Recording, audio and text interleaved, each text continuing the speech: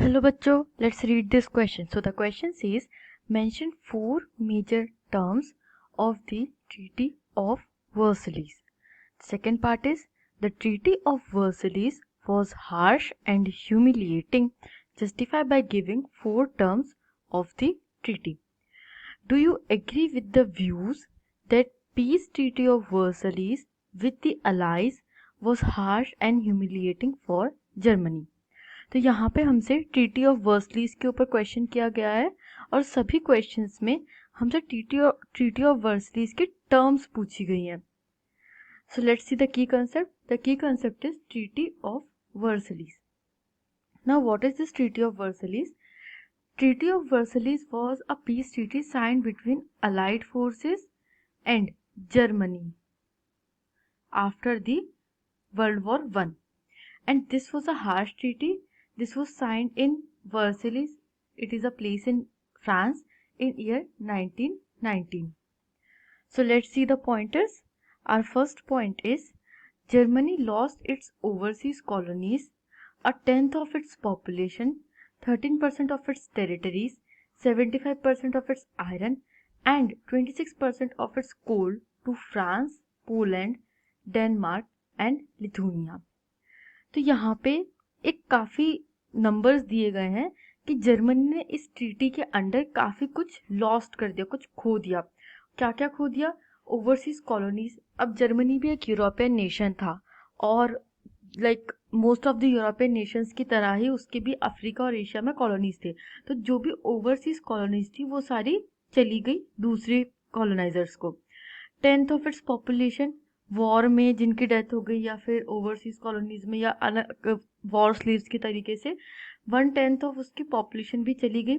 13% of its territories, 75% of its iron, 26% of coal to France, Poland, Denmark and Lithuania. ये जो जितना भी loss हुआ ये मेनली इन 4 नेशंस को गया.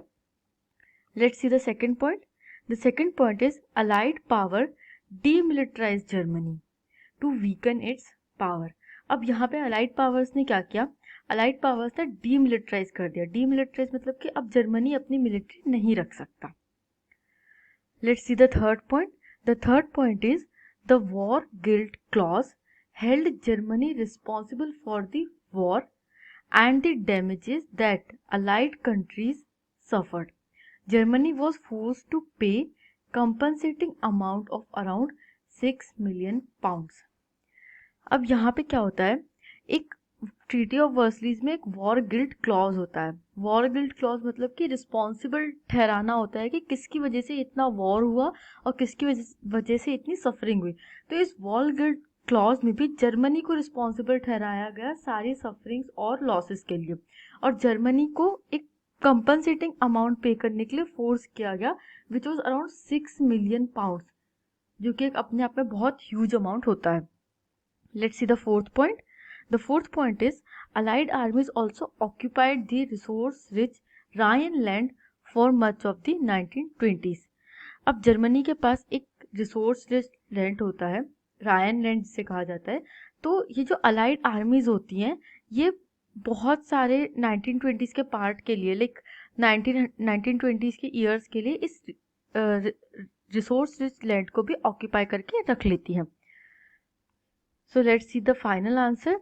The final answer is, the main terms of the treaty of Versailles were, Germany lost its overseas colonies and tenth of its population and much of its resources to France, Poland, Denmark and Lithuania.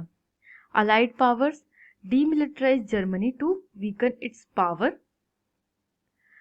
The war guilt clause held Germany responsible for the war and forced to pay compensating amount of around 6 million pounds.